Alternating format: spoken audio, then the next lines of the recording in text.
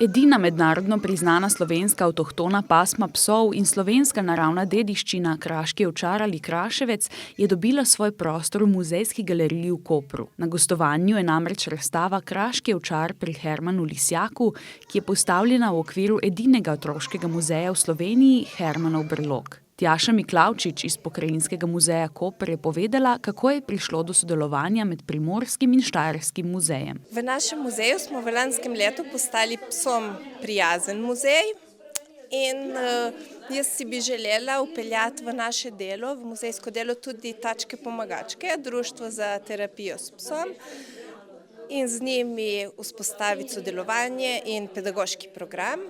In potem je prišla ideja, da bi lahko gostili razstavo o psih in sicer o kraškem ovčarju, tako da je prišlo do povabila. Sem kontaktirala kolegico Jožico iz Celjskega muzeja, od edinega otroškega muzeja v Sloveniji. Na razstavi se lahko obiskovalci seznanijo s pasmo Kraški ovčar in različnimi kinološkimi temami, kot so recimo nega psov, prehrana, vzgoja, ki nam približajo pasji svet in opozorijo na to, kakšna odgovornost pomeni biti lastnik psa. Vsebine je ilustrirala akademska slikarka Jelka Rajhman, razstava pa je zasnovana interaktivno in s tem ponuja kotičke za samostojno raziskovanje in igro. Pri nas smo prepričani, da če otrok se sam zaposli, da sam raziskuje, sam pride do nekih zaključkov, da tudi ozavesti več tega znanja in preko igre lahko usvoji neka nova znanja, ki mu ostanejo v spominu tudi za dlje časa. Na obisku v galeriji sta bila tudi kraška ovčarja Primus in Mila iz psarne Mili Ruj z lastnico Damjano, ki je opisala, kako je živeti s pasjimi prijatelji. S kraškimi ovčarji je najlepše živeti. Živeti je tako kot z majhnimi otrokmi. Vedno je skrb in delo, njihove prijazne učke, njihov značaj, zelo prijazen. Ja, ne smeš biti nikoli grob z njimi, moraš delati tako kot z otrocmi, samo buškat. Če si grob, te bo pa prav ignoriral, sploh te ne posluša. Ne, da niso primerni za šolanje, izredno so inteligentni psi, samo vse moraš delati v rokavičkah z njimi, so zelo navezani na nas, zelo zaščitniški, svojo družino in svoje imetje bi varovali do zadnjega diha. Kraški ovčar Primus je bil po razstavi kar precej utrujen, zato ni hotel dati izjave. Kraška ovčarka Mila pa je bila nad razstavo navdušena, saj je ostala brez besed. Mila, povej, kako ti je všeč, kaj je razstava? Wow. Ostala je brez besed. Razstava bo na voljo za ogled vse do 12. junija. 26. marca pa bo v okviru Pokrajinskega muzeja potekalo še vodstvo po arheološkem parku Kašler v pasji družbi.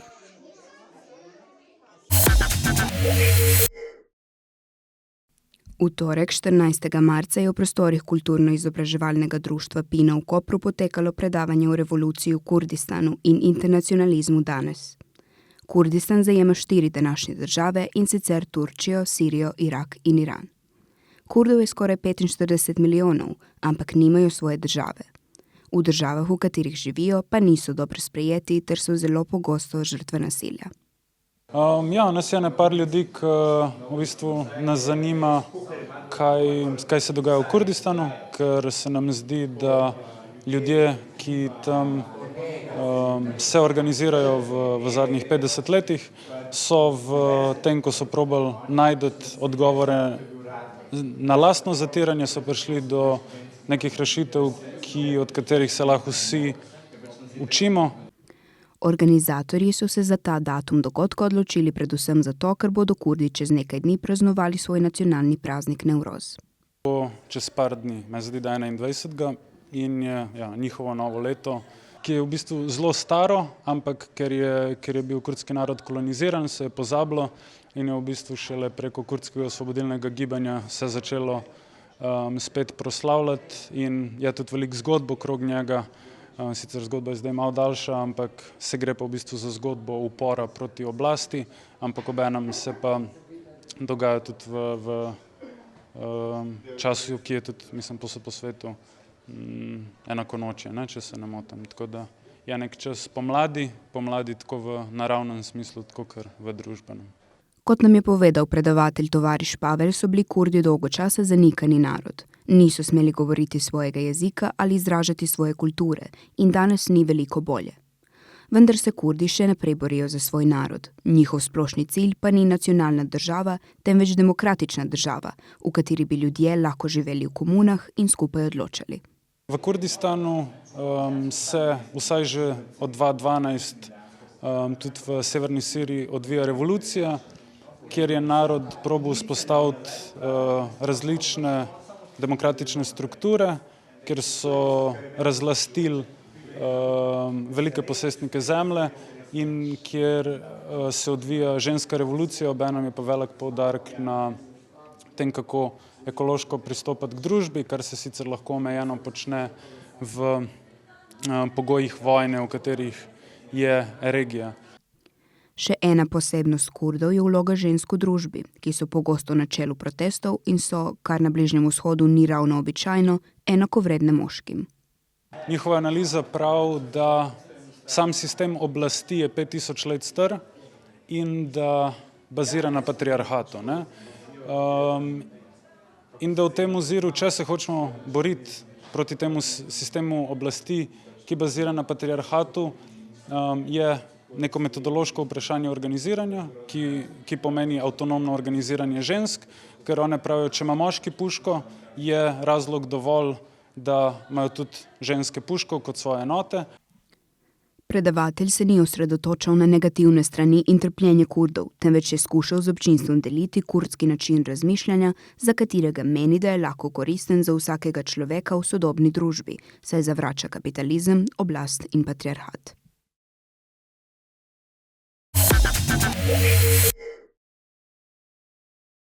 Začetki dokumentarnega filma so pravzaprav začetki filma nasploh. Ko so se prvič pojavile premikajoče se sličice, so filmarji z njimi zabeležili vsakdanje prizore. Brata Auguste-Marie Louis Nicolas Lumière in Louis-Jean Lumière sta takšne filme začela snemati že konec 19. stoletja. Prvič sta jih javno predvajala 22. marca 1895 200-članski publiki Društva za razvoj in nacionalno industrijo v Parizu. Prvo projekcijo za splošno javnost pa sta organizirala 28. decembra istega leta. Ta datum velja za rojstvo kinematografa.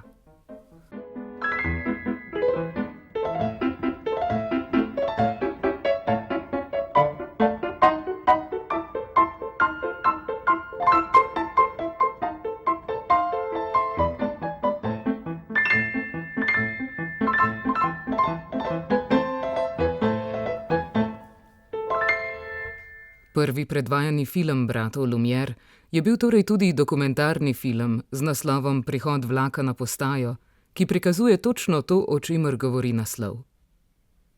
Na isti projekciji pa sta predvajala še dokumentarne kratke filme o vrtnarju, fotografih, jezdecih, ribarjenju zlatih ribic, skakanju na rjuhe, hranjenju dojenčka in podobnem.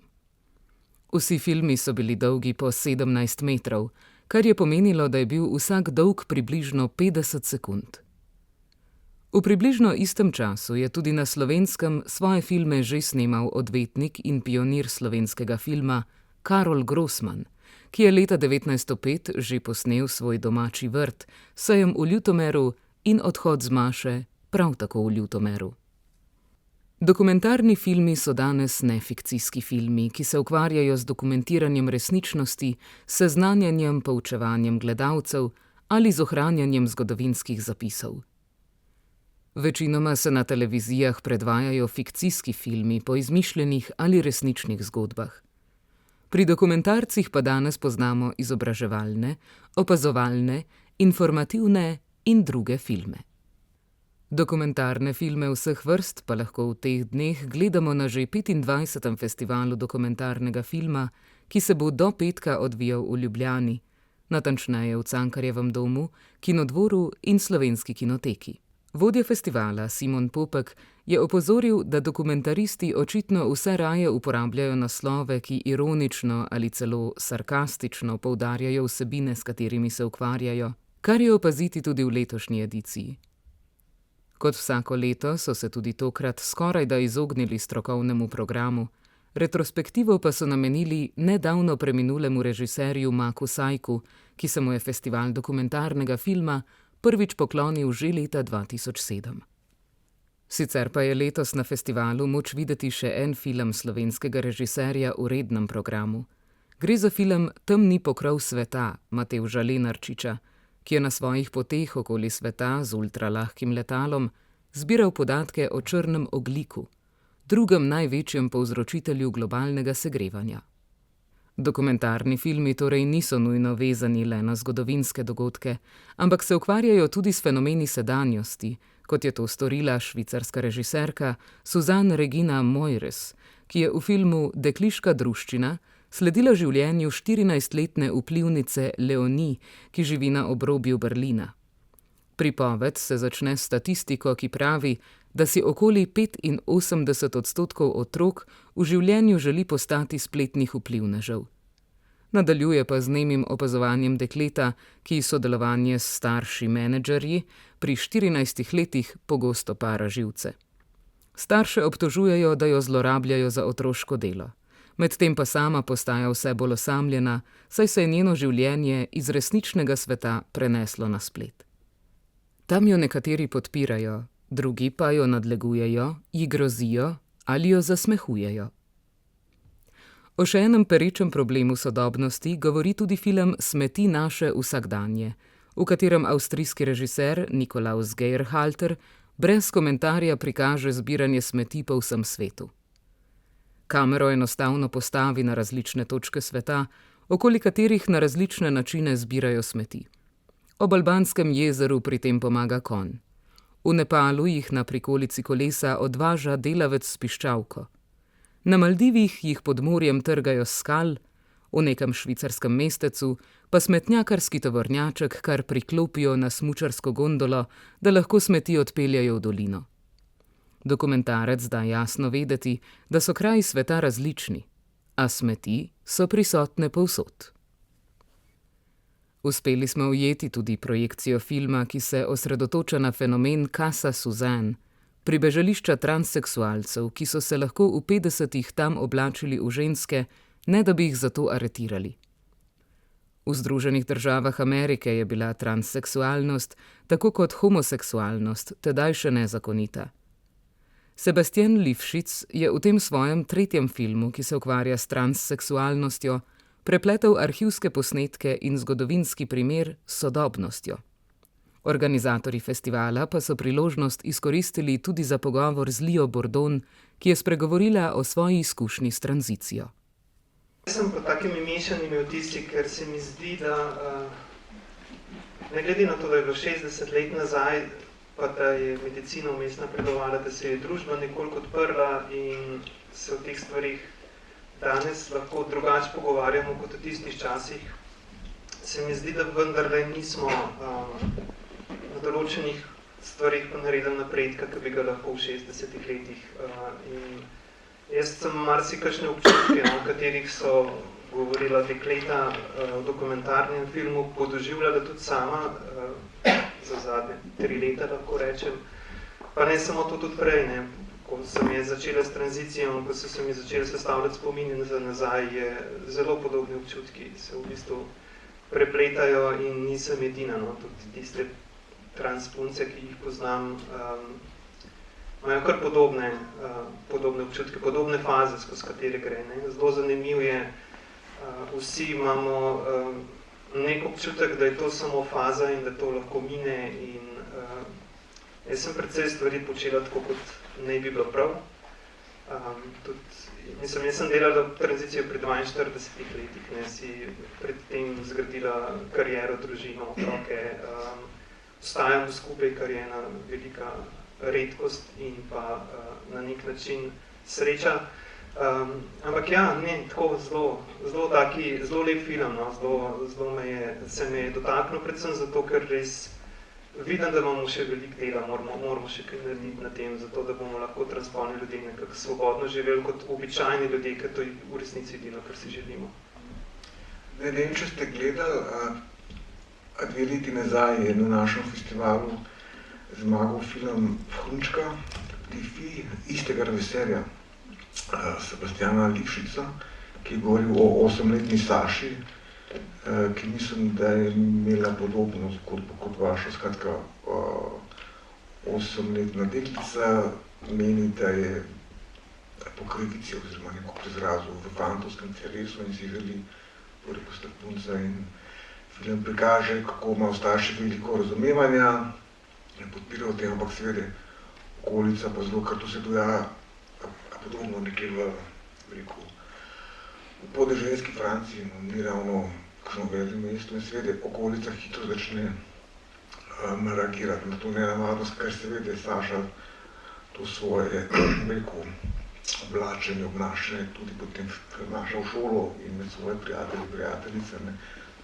Ko sem bral intervjuje z vami, vi ste podobno, ne vem, ali ravno pri 8 letih, ampak že v otroštvu, ne ste.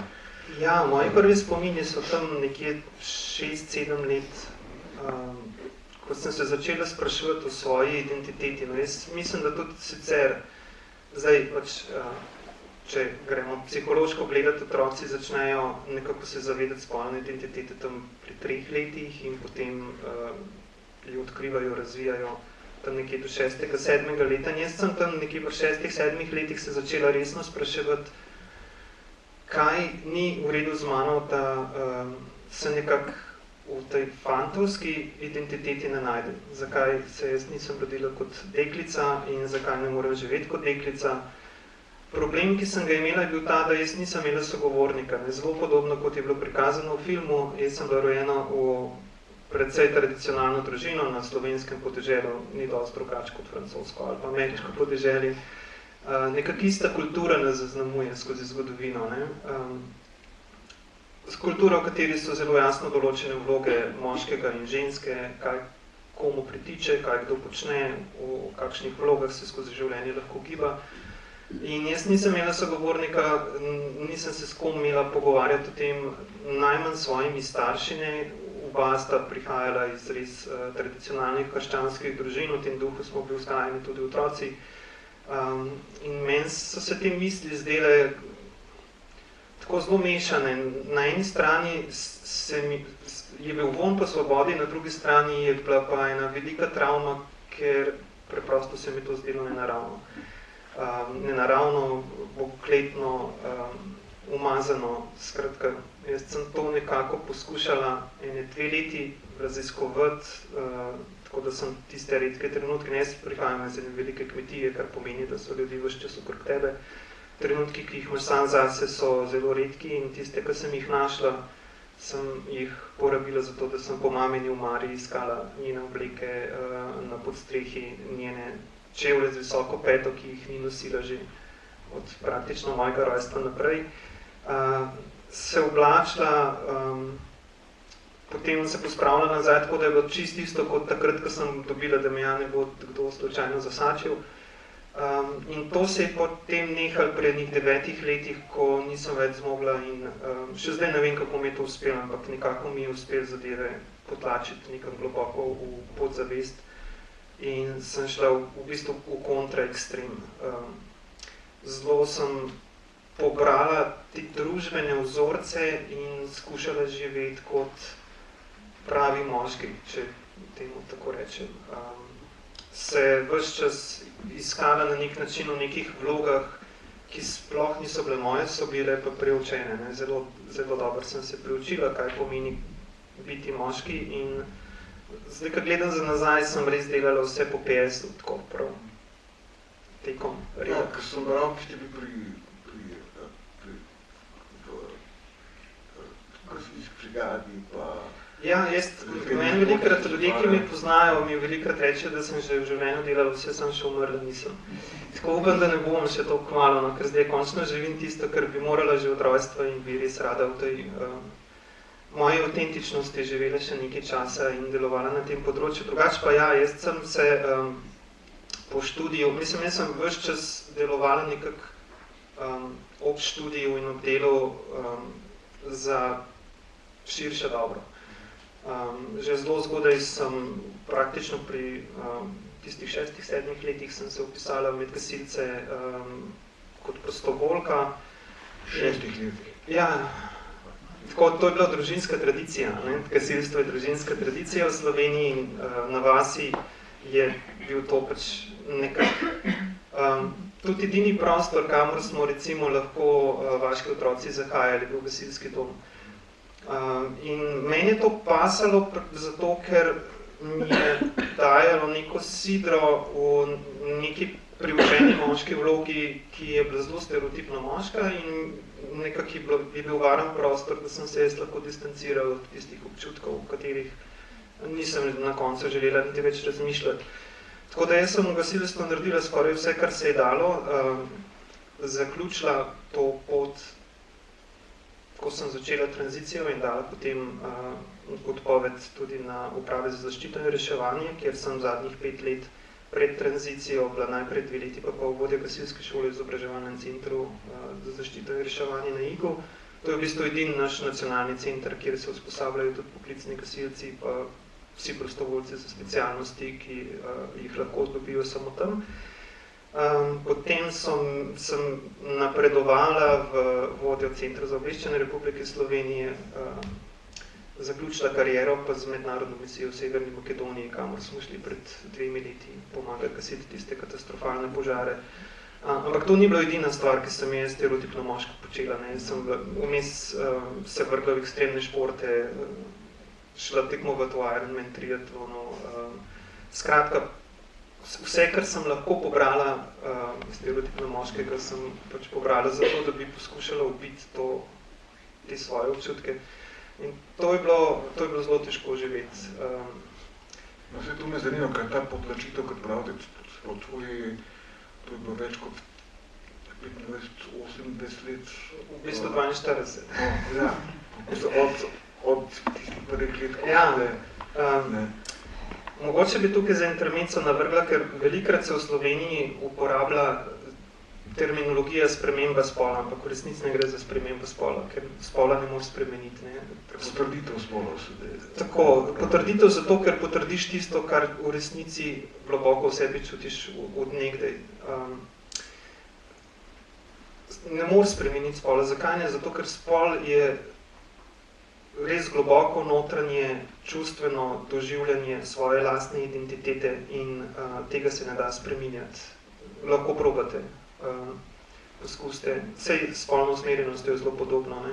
Nekdo ti je romantično, spolno, telesno privlačen in temu se pač ne moreš upariti. Ljudje, ki se zaljubijo, pa jim ni dano, da bi se poročili ali pa da bi bili skupaj, delajo samomore zaradi tega pri transspolnosti ni dosti drugače. Večina ljudi, mislim 40% transspolnih oseb resno razmišlja o samomoru, nisem nobena izjema.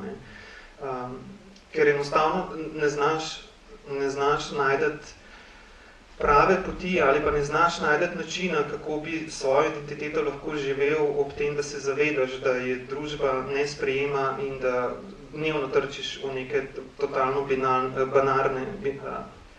banalne probleme, ki jih običajni ljudje v bistvu nimajo. Jaz recimo problemov, kot jih imam zdaj kot moški, nikoli nisem imela. Sploh zato, ker pač živimo v tem našem patriarhalnem svetu, kjer je moškim pač dana neka prednost v družbi, pa če se to priznamo ali ne. Meni zelo zanimivo mi je bilo, ko sem se začela razkrivati in sem se naredila en seznam ljudi, katerim sem želela povedati osebno, ker sem si jih želela ohraniti, upajoč pač, da ostanejo. In med njimi je bil en prijatelj moj, ki ga res cenim, znanstvenik, intelektualec, doktor znanosti. Imela sva številne pogovore. Že pred tem, ko je enkrat prišel k meni na kavo in sem rekla, nekaj ti moram povedati, to pa to se z mano dogaja, pač v tranzicijo grem in tako naprej. In mi je postavil eno vprašanje, ki mi je zelo pretreslo, pa čeprav sem odgovor nanj vedela, ampak vseeno, tako, kot ti ga nekdo drug zastavi čisto drugačen, je rekel, se ti zavedaš, kaj v bistvu v življenju delaš. Sem rekla, kaj misliš, prav, greš iz najvišje družbene pozicije, ki jo lahko v bistvu imaš heteroseksualen bil moški, katerim so načeloma odprta vsa vrata, kamorkoli, kadarkoli, greš v transžensko, kar je v bistvu še niže kot katerakoli ženska. Sem rekla, ja, se zavedam, ampak nimam izbire, v bistvu, ali to, ali pa pač potegnemo kable in zaključimo zgodbo.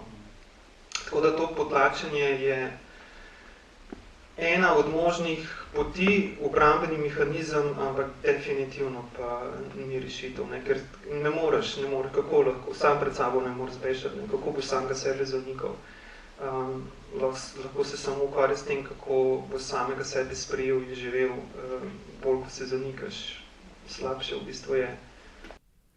Razen okrogle mize o slovenskem dokumentarnem filmu in razstave fotografij Matjaža Krivica iz Bolivije, je bil spremljevalni program Festivala dokumentarnega filma sestavljen predvsem iz tovrstnih tematskih pogovorov po filmih. Tudi letos bodo na zaključni projekciji podelili nagrado Amnesty International Slovenija, ki bo razglasil, kateri je najboljši film na temo človekovih pravic.